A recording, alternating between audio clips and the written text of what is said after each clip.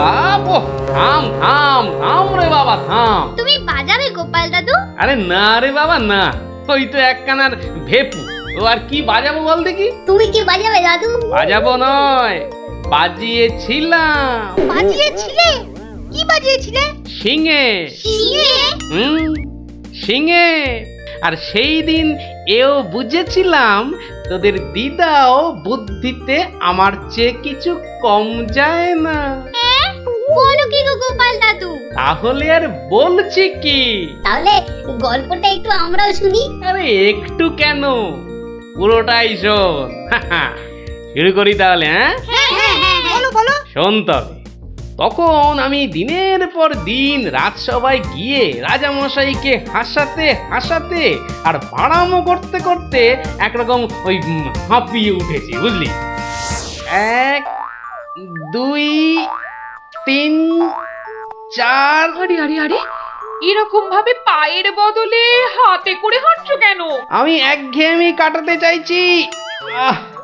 সারা জীবন তো পা দিয়ে হেঁটে এলাম, এবার উফ উফ চেষ্টা করছি হাতে করে হাঁটবার। এরকম ভাবে কেউ একঘেয়েমি কাটায়?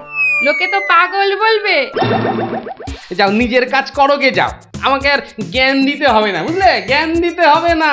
বলি হলোটা কি? একটা কথাও বলবে না, আমি কিন্তু ভীষণ রেগে যাব বলে দিলাম। কেন কেন এত গদগদানি কিসের? থাকো তো বাড়িতে, আর ওদিকে আমি দুবেলা ওই মাথার ঘাম পায়ে ফেলে মহারাজের মনোরঞ্জন করে তাকে সন্তুষ্ট করে 2 পয়সা ঘরে আনি। তা সে তো ভালো কথা, কিন্তু এতে এত রাগ করারই বা কি আছে? এই ভালো লাগছে না, বুঝলে, আমি যেন একটা যন্ত্র। আসলে আমার বড় একঘেয়েমি লাগছে, এই রোজ রোজ একই কাজ। আর পারি না বাপু। তোমার এমন কি শক্ত কাজ যে আর পারছো না? কাজ বলতে তো শুধু মহারাজকে একটু হাসানো আর কুট বুদ্ধি করে লোককে জব্দ করা। এ কাজ যে কেউ পারে, এর জন্য আবার পরিশ্রম। হাসি পায়। কি হাসি পায়? আমার কথা শুনতে তোমার হাসি পায়? বেশ, দেখি কতখানি মুরত তোমার। যাও দেখি কাল থেকে আমার জায়গায় ওই রাজবাড়ি গিয়ে মহারাজের কাছ থেকে টাকা রোজগার করে নিয়ে এসো দেখি। যাও যাও যাও যাও যাও দেখি, যাও যাও। ও এই ব্যাপার, এ আবার এমন কি শক্ত কথা? বেশ তো, সোজা কথা যখন, তখন তুমি কাজই করে দেখাও না, বুঝবো যে তুমি ওই গোপালের গিন্নি। ঠিক আছে, কালকে আমি তোমার বদলে মহারাজের কাছে যাব, দেখিয়ে দেব। তবে কি আমার একটা শর্ত আছে। শর্ত? আচ্ছা বেশ, বলো দেখি তোমার শর্ত।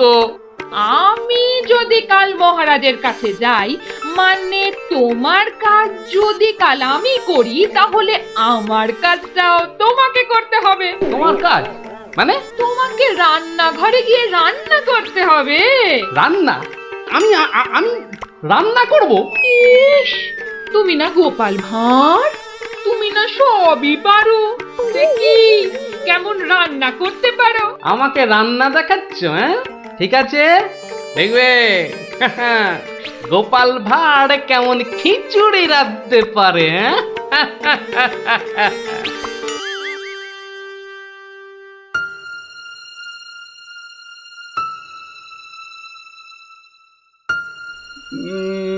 আজ গোপাল এত দেরি করছে কেন? কিছু কি খবর জানেন মহামন্ত্রী?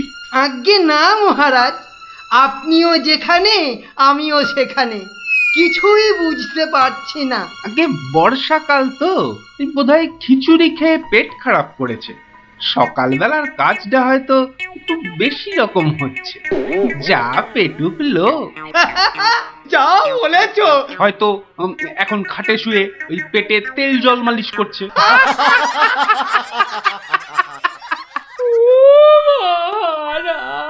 কে কে ওখানে কাঁদে? কে?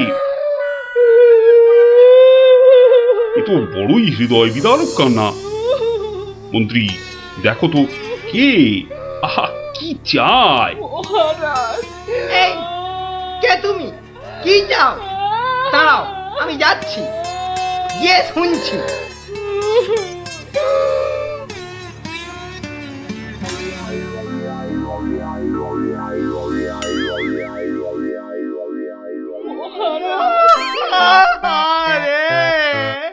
আরে মন্ত্রী মশাইয়ের কি হলো?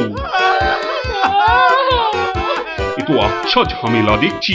অমাত্য, তুমি একবার ওখানে যাও তো, গিয়ে দেখো কি ঘটেছে। মন্ত্রী হঠাৎ কেন কাঁদতে শুরু করেছে? যে আজ্ঞে মহারাজ, আমি এই যাব আর এই আসব। এই যে তোমরা কি শুরু করেছো? হ্যাঁ, কি হয়েছে? ও মন্ত্রী মশাই, কি হলো আপনার? হ্যাঁ,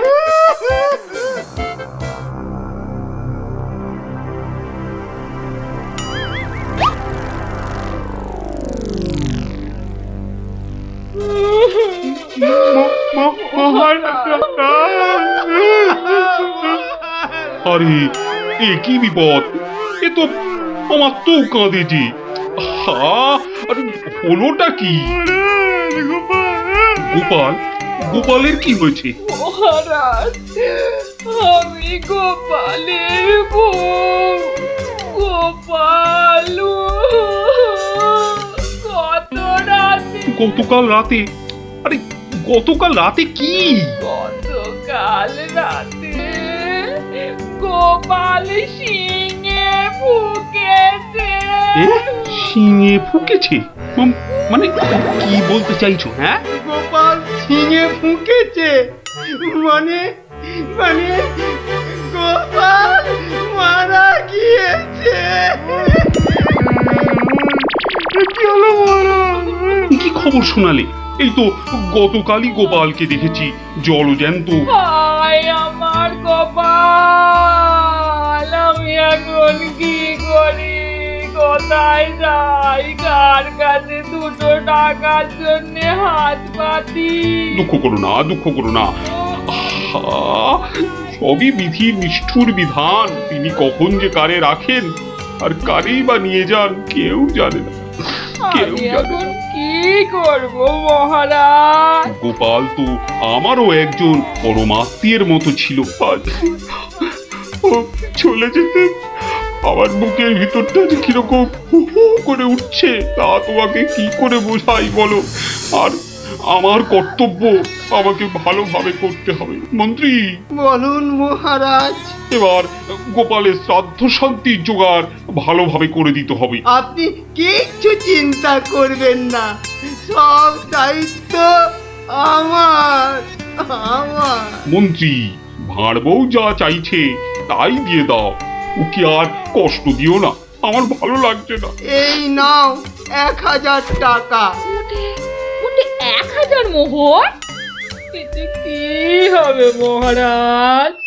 আমার ইচ্ছে ছিল বৃষোৎসর্গ করার, বাঙালি ভোজন করার, বস্ত্র বিতরণ করার, আরো কত কি। আর কেঁদো না, তোমার কান্না দেখে এবার যে আমারই কান্না এসে যাচ্ছে।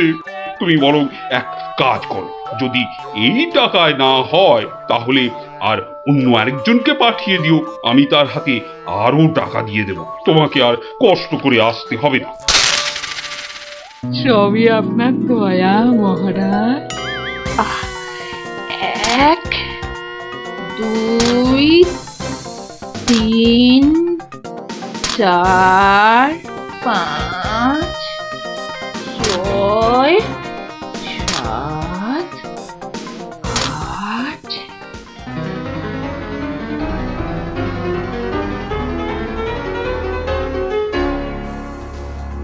8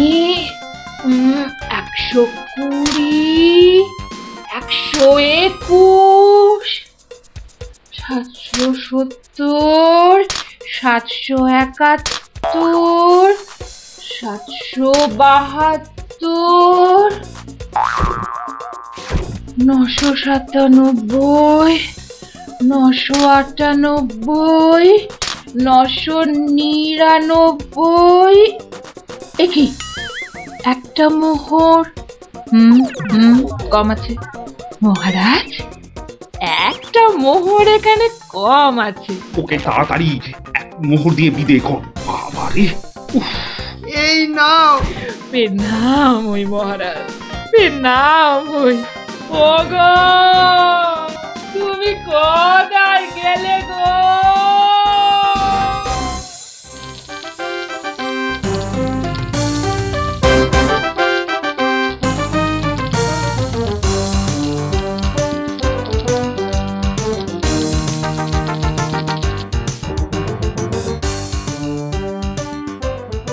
খিচুড়ি রান্নাটা যা হয়েছে না,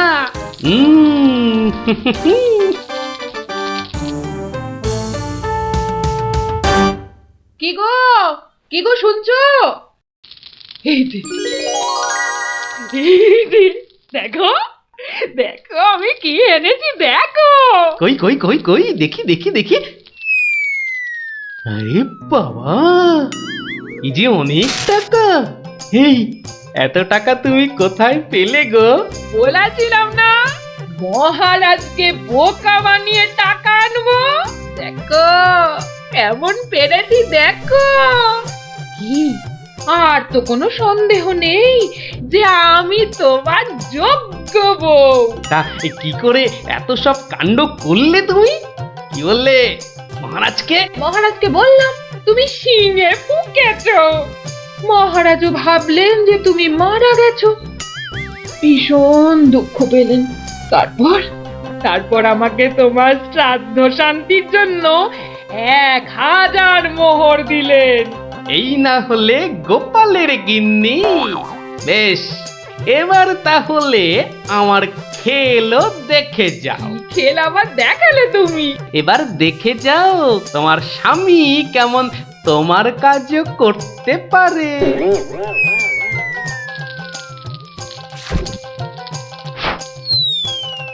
বাবা বাবা বাহ, চমৎকার হয়েছে, বাহ।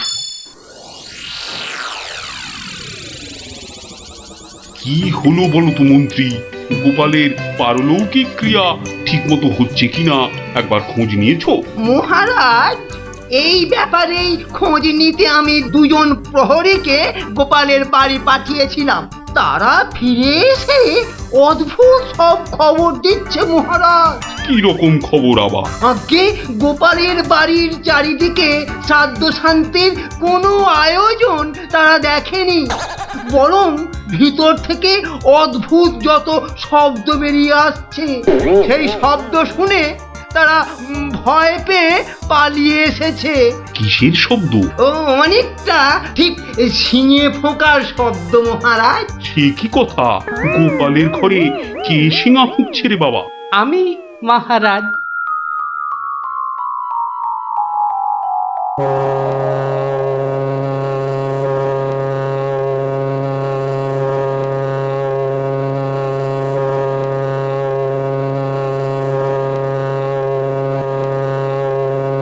থামো গোপাল, তুমি এখানে কি করে সম্ভব? আগে মহারাজ আমাকে আমার স্ত্রী পাঠালো।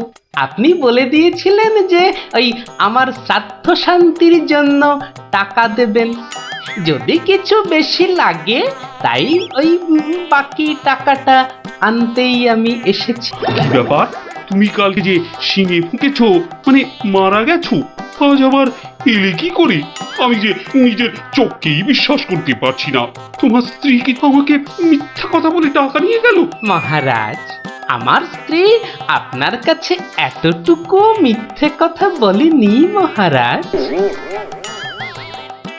সে প্রবঞ্চকও নয়। গতকালের কথাটা আপনি ওই ভালো করে ভাবুন মহারাজ। কি বলেছিল আমার স্ত্রী? কি আবার বললো? তুমি নাকি শিঙে ফুঁকেছো? যথার্থই সত্য কথা মহারাজ।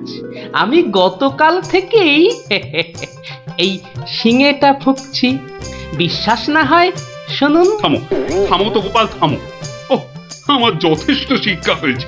সত্যি গোপাল, তোমার ভার না হয়ে না মুক্তার হওয়া উচিত ছিল। আগে অপরাধ নেবেন না মহারাজ।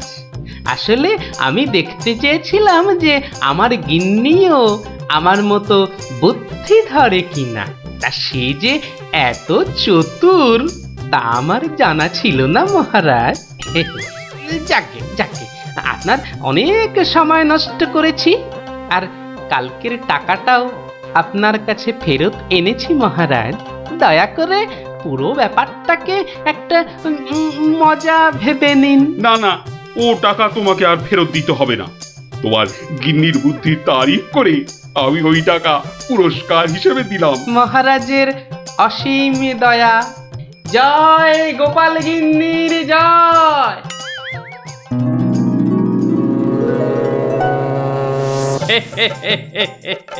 এবার বুঝলি তো, তোদের দিদাও কারো চেয়ে কম যায় না। দারুণ দারুণ, সত্যি দিদা তোমাকেও হার মানিয়ে দিয়েছে। ঠিক ঠিক দাদু, এবার তাহলে দিদার বুদ্ধি আরেকটা গল্প বলো। না না না না, সন্ধে হয়ে এলো, তাড়াতাড়ি বাড়ি না ফিরলে তোর দিদা আমাকে ঝাঁটা নিয়ে তাড়া করবে। এই শোন, তোরাও সব বাড়ি যা। আরে যা যা যা, পড়তে বসগে, যা যা যা, আবার কাল বিকেলে আসিস।